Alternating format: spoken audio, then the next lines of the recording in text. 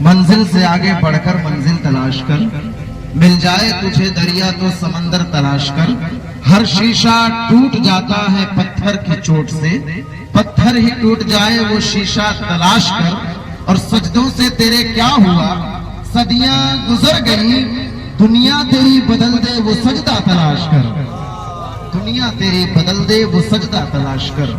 منزل سے آگے بڑھ کر منزل تلاش کر۔ اور ہر شخص جل رہا ہے عداوت کی آگ میں، ہر شخص جل رہا ہے عداوت کی آگ میں، ہر شخص جل رہا ہے عداوت کی آگ میں، اس آگ کو بجھا دے وہ پانی تلاش کر، اس آگ کو بجھا دے وہ پانی تلاش کر۔ اور بہت ہی بہتر شعر آخری شعر میں پڑھ رہا ہوں، منزل سے آگے بڑھ کر منزل تلاش کر، مل جائے تجھے دریا تو سمندر تلاش کر، ہر شیشہ ٹوٹ جاتا ہے پتھر کی چوٹ سے، پتھر ہی ٹوٹ جائے وہ شیشہ تلاش کر، کرے سوار اونٹ پہ اپنے غلام کو، کرے سوار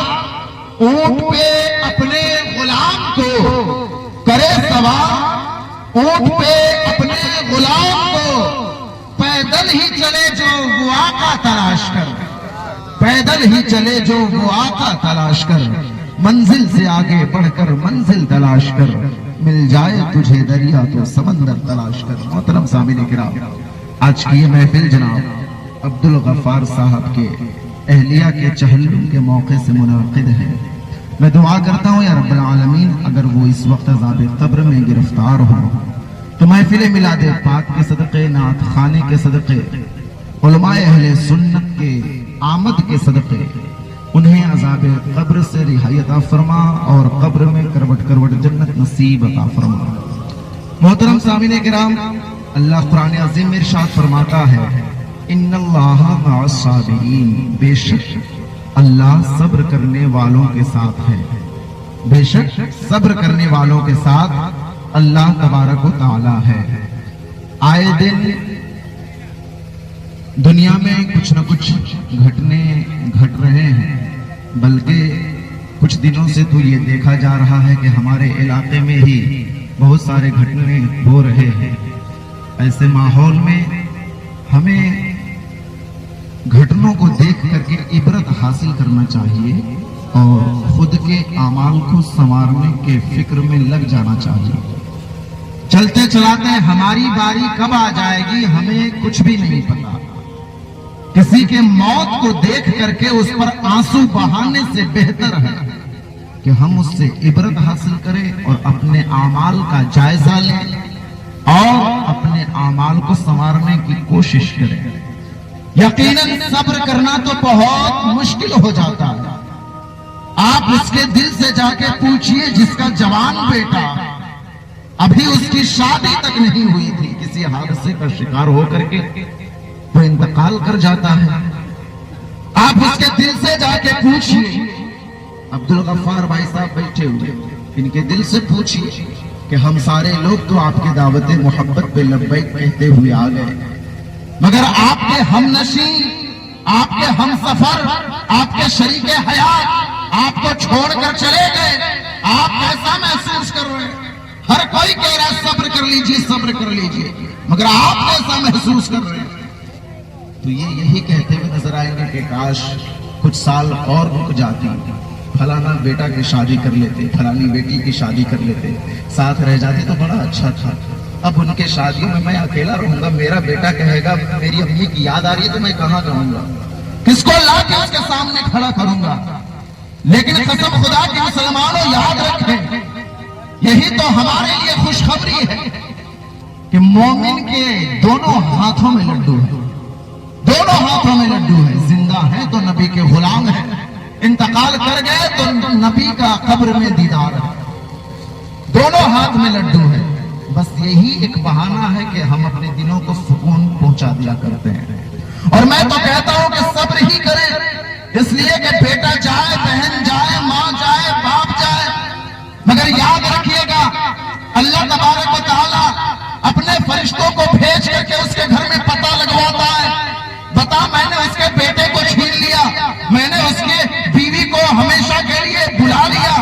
بتا اس کے بعد اس کے کیسے حالات ہیں۔ وہ فرشتے جب جب آتے ہیں تو گھروں کے ماحول کو دیکھتے ہیں اور جب وہ معائنہ کرتے ہیں تو ان کو پتا چلتا ہے کہ بیٹے کی میت پر باپ پڑھ رہا ہے انا للہ و انا الیہ راجعون، بیٹی کے موت پر باپ پڑھ رہا ہے، ماں بھی پڑھ رہی ہے، سارے گھر والے پڑھ رہے ہیں انا للہ و انا الیہ راجعون۔ فرشتہ یہاں سے واپس جاتا ہے اور رب کائنات کی بارگاہ میں حاضر ہو کر کے عرض کرتا ہے یا رب العالمین، تو نے اس کے گھر کے پھول کو اجاڑ دیا، تو نے اس کے شریک حیات کو ہمیشہ کے لیے اس سے الگ کر دیا، مگر سب سے بڑی بات یہ ہے کہ اپنے بیوی کے جانے کے بعد بھی وہ بندہ کہہ رہا تھا بے شک ہم اللہ ہی کے لیے دنیا میں آئے ہیں اور ہمیں ہمیشہ کے لیے اللہ ہی کی طرف پلٹنا ہے، یعنی کہ وہ پڑھ رہا تھا انا للہ و انا الیہ راجعون۔ رب فرماتا ہے فرشتوں گواہ ہو جاؤ اور اس کے لیے ایک جنت میں محل بنا دو اور اس کا نام رکھ دو بیت الحمد، تعریف کرنے والوں کا گھر۔ سبحان اللہ۔ اس کے لیے جس نے اپنے بچوں کی میت پر صبر کیا اس کے لیے محل بنا دو اور اس کا نام بیت الحمد رکھ دو، سمجھیں؟ یہ ہمارے لیے بڑی خوشخبری ہے اور میں کہتا ہوں اکثر کہ آپ صبر کریں، اس لیے کہ یاد رکھیں میں نے پڑھا ان اللہ مع الصابرین، اگر آپ کسی کے حق میں کچھ اچھا کر دیں گے تو وہ آپ کو دعائیں دے دے گا، وہ آپ کی بھی مدد کر دے گا آگے چل کر کے، مگر قسم خدا کی یاد رکھیں جب ہمارے اوپر مصیبت آن پڑتے ہیں ویسے حالات میں جب ہم صبر کیا کرتے ہیں تو اللہ فرماتا ہے ان اللہ مع الصابرین۔ آپ کو پتا ہونا چاہیے کہ آپ کو ایسے حالات میں رب کی طرف سے صرف مدد ہی نہیں ملتی بلکہ رب کا ساتھ مل جایا کرتا ہے۔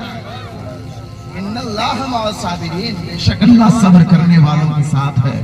اللہ صرف مدد ہی نہیں کرتا بلکہ اپنا ساتھ عطا کر دیا کرتا ہے۔ اس لیے آپ سبوں سے گزارش ہے کہ جب بھی مصیبت آن پڑے تو آپ اس پہ صبر کریں اور ہر حال میں رب کا شکر ادا کریں۔ چونکہ وقت بہت کم ہے، 12:30 میں ہمارے یہاں قانون ہے اور یہ بہت ہی بہتر قانون ہے، اور یقیناً ابھی استاذ محترم فرما رہے تھے کہ ہم لوگوں پر، خاص طور پہ کھپروں کے تمام لوگوں پر، اور کھپروں کو چھوڑیے ہم تمام شاگردوں پر یقیناً استاذ مشفق حضرت علامہ مفتی ظاہر حسین صاحب قبلہ کا بہت بڑا احسان ہے۔ میں نے تو یہاں تک کہا تھا کل پرسوں والے رات والے پروگرام میں کہ جس کا بیٹا عالم بن گیا کھپروں میں یا جس کا بیٹا حافظ بن گیا ان کی خدمتوں میں رہ کر، اور میں تو سمجھتا ہوں اگر یہ تشریف کھپروں میں نہیں لاتے تو آج ہم کہیں کھیت میں کدال چلا رہے ہوتے، ڈرائیور کا بیٹا ڈرائیور بن کے گھوم رہا ہوتا،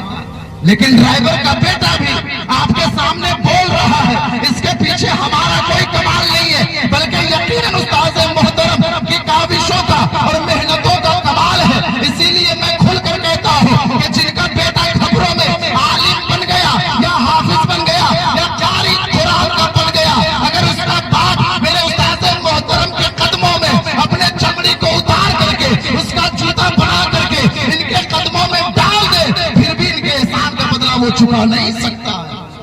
پھر بھی ان کے احسان کا بدلہ وہ نہیں چکا سکتا ہے۔ اس لیے کہ جب حضرت آئے تھے کھپروں میں تو ہماری اپنی کوئی اوقات نہیں تھی، ہم اپنے پینٹ کو پکڑ کر کے چلتے تھے، اسے سنوارنے تک کی ہمارے اندر ہمت نہ تھی، سکت نہ تھی، مگر یہ ہمارے انگلیوں کو پکڑ کر کے اٹھا کر کے زمین سے آسمان پر پہنچانے کا کام کیے ہیں، مٹی سے سونا بنانے کا کام کیے ہیں۔ میں دعا کرتا ہوں یا رب العالمین ہمیشہ استاذ محترم کے عمر میں، علم میں بے پناہ برکتیں عطا فرما، کمائی میں خوب خوب برکتیں عطا فرما۔ ہمارے جتنے بھی استاذ ہیں یا رب العالمین ان تمام کو عمر خضر عطا فرما۔ بس انہی چند جملوں کے ساتھ میں اپنی باتیں ختم کرتا ہوں۔ مجھ سے بولنے میں یا آپ سامعین سے سننے میں کسی طرح کی غلطی ہو گئی ہو تو رب کائنات اسے معاف فرمائے۔ السلام علیکم ورحمۃ اللہ وبرکاتہ۔